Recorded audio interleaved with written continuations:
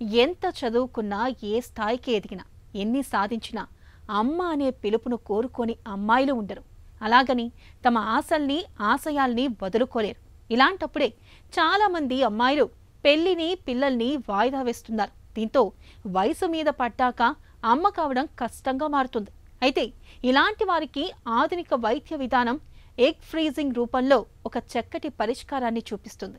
ఈ విధానంలో అండాల్ని భద్రపరుచుకోవడం ద్వారా కోరుకున్నప్పుడే అమ్మ అయ్యే అవకాశం దొరుకుతుంది. అమ్మతనాన్ని భద్రపరిచే ఎగ్ ఫ్రీజింగ్ గురించి ఇప్పుడు తెలుసుకుందాం.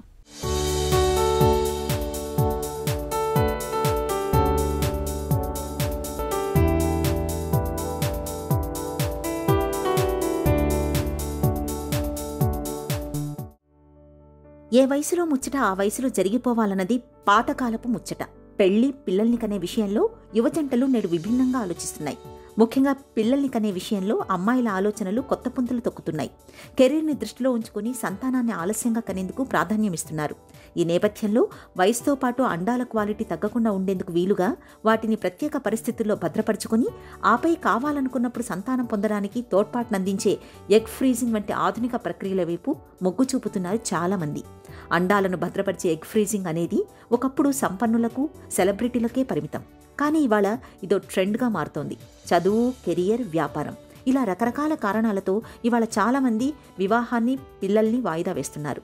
ఈ మధ్య సాధారణంగానే జీవనశైలి తెచ్చిన మార్పులతో సంతానలేమితో బాధపడే దంపతుల సంఖ్య పెరుగుతోంది.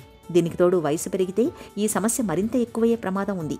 ఆ భయంతోనే అమ్మాయిలు ఎగ్ ఫ్రీజింగ్ లేదా ఓసైట్ క్రయో ప్రిజర్వేషన్ పట్ల ఆసక్తి చూపిస్తున్నారు. ఎగ్ ఫ్రీజింగ్ అంటే ఎవరైతే ఫర్టిలిటీ ట్రీట్మెంట్ కానీ, ఫర్టిలిటీ ప్రాసెస్ని కానీ, అంటే ప్రెగ్నెన్సీ కావాలి అనుకునే ప్రాసెస్ని పోస్ట్పోన్ చేసుకోవాలనుకుంటున్నారో వాళ్ళల్లో ఎగ్ ఫ్రీజింగ్ అనేది చేస్తామండి. దీన్ని social egg freezing or oocyte cryopreservation అని కూడా అంటారు. సో ఇదే కాకుండా, అంటే ప్రెగ్నెన్సీ పోస్ట్పోన్ చేసుకునే రీజనే కాకుండా వేరే కారణాలు, అంటే లైక్ ఏమైనా క్యాన్సర్ ట్రీట్మెంట్కి వెళ్ళబోతున్నారు అట్లా అనుకునే వాళ్ళకి కూడా మనం ఈ ప్రిజర్వేషన్ అనేది చేస్తాం. ఇదే కాకుండా జెనెటిక్ ప్రాబ్లమ్స్ ఏమైనా ఉన్నప్పుడు, లేకపోతే ఫ్యామిలీలో ఏమైనా జెనెటిక్ ఇష్యూస్ వస్తున్నాయి అంటే లైక్ టర్నర్ సిండ్రోమ్తో అట్లాంటి జెనెటిక్ ప్రాబ్లమ్స్ ఉన్నప్పుడు వాళ్ళకి ఓవేరియన్ రిజర్వ్ అనేది క్రమేపీ తగ్గిపోయే అవకాశాలు ఉంటాయి. సో వీళ్ళల్లో కూడా మనం ఈ ఎగ్ ఫ్రీజింగ్ అనేది చేస్తూ ఉంటామండి.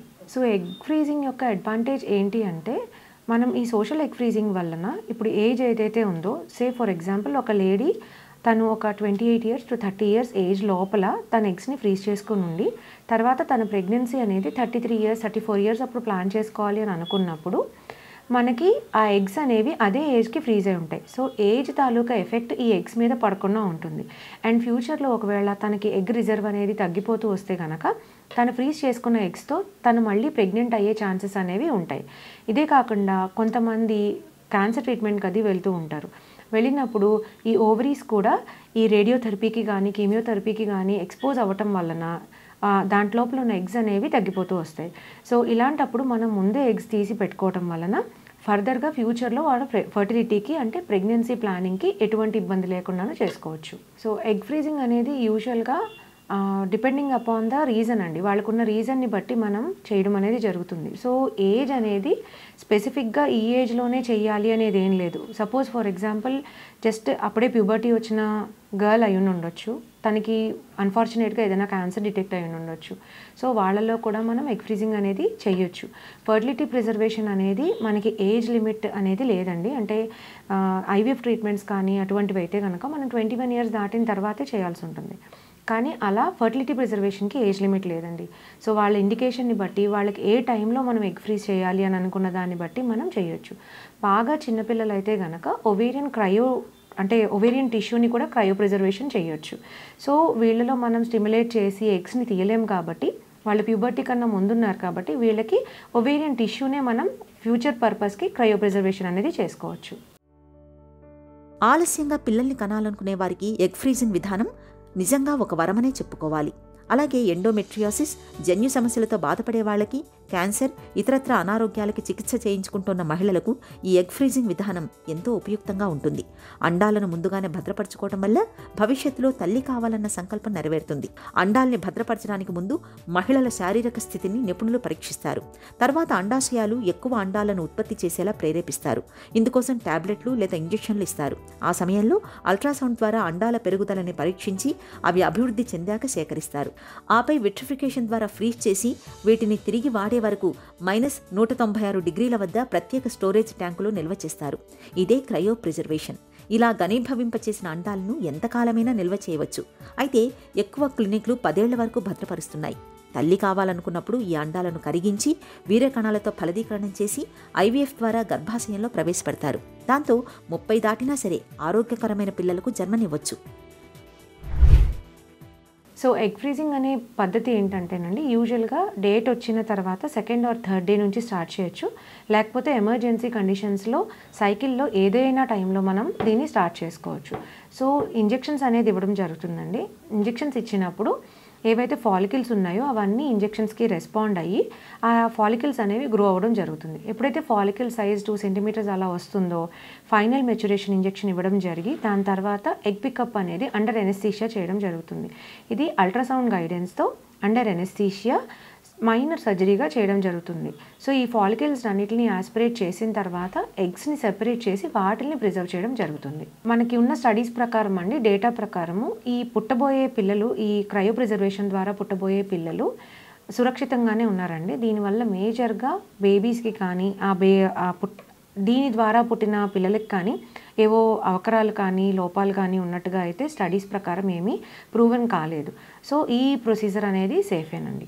సో ఈ ఎగ్ ఫ్రీజింగ్ గురించి అందరికీ జనరల్ పాపులేషన్కి తెలియడం వల్ల యూజెస్ ఏంటంటేనండి, మనం ఫర్దర్గా ఫ్యూచర్లో ప్రెగ్నెన్సీ ప్లాన్ చేసుకోవాలి అని అనుకున్నప్పుడు ఎప్పుడైతే ఏజ్ అడ్వాన్స్ అయిపోతుందో, యూజువల్గా ఏజ్ పెరిగినప్పుడు అవకరాలు ఉండే పిల్లలు ఎక్కువగా పుట్టే అవకాశం ఉంటుంది అని చెప్తారు. సో దీన్ని మనం ప్రివెంట్ చేయొచ్చు. అండ్ ఒకవేళ 35 ఇయర్స్ దాటిన తర్వాత వాళ్ళు ఒకవేళ ప్రెగ్నెన్సీ ప్లాన్ చేసుకున్నప్పుడు వాళ్ళకి ఎగ్స్ ఒకవేళ తగ్గిపోయి ఉంటే కనుక అప్పుడు కూడా మనం ఖచ్చితంగా వాళ్ళకి ఎగ్స్కి మనం ప్రెగ్నెన్సీకి మనం హెల్ప్ చేయొచ్చు. అండ్ క్యాన్సర్ ట్రీట్మెంట్స్కి వాటికి జెనెటిక్ ప్రాబ్లమ్స్ ఉన్న వాళ్ళల్లో ఐడెంటిఫైడ్ జెనెటిక్ ప్రాబ్లమ్స్ ఉంటే వాళ్ళకి రిజర్వ్ తగ్గిపోయి ఉంది అనుకునే ఛాన్సెస్ ఉన్న వాళ్ళల్లో కూడా మనం ఫ్యూచర్లో వాళ్ళకి ప్రెగ్నెన్సీ కోసం హెల్ప్ చేయొచ్చు. సో దీనికి జనరల్గా అందరికీ తెలియడం వల్ల మనం ఈ ఒవేరియన్ రిజర్వ్ని తగ్గిపోవడానికి ముందే మనం జాగ్రత్తలు తీసుకొని ప్రెగ్నెన్సీకి ప్రాబ్లం లేకుండా హెల్ప్ చేయొచ్చు.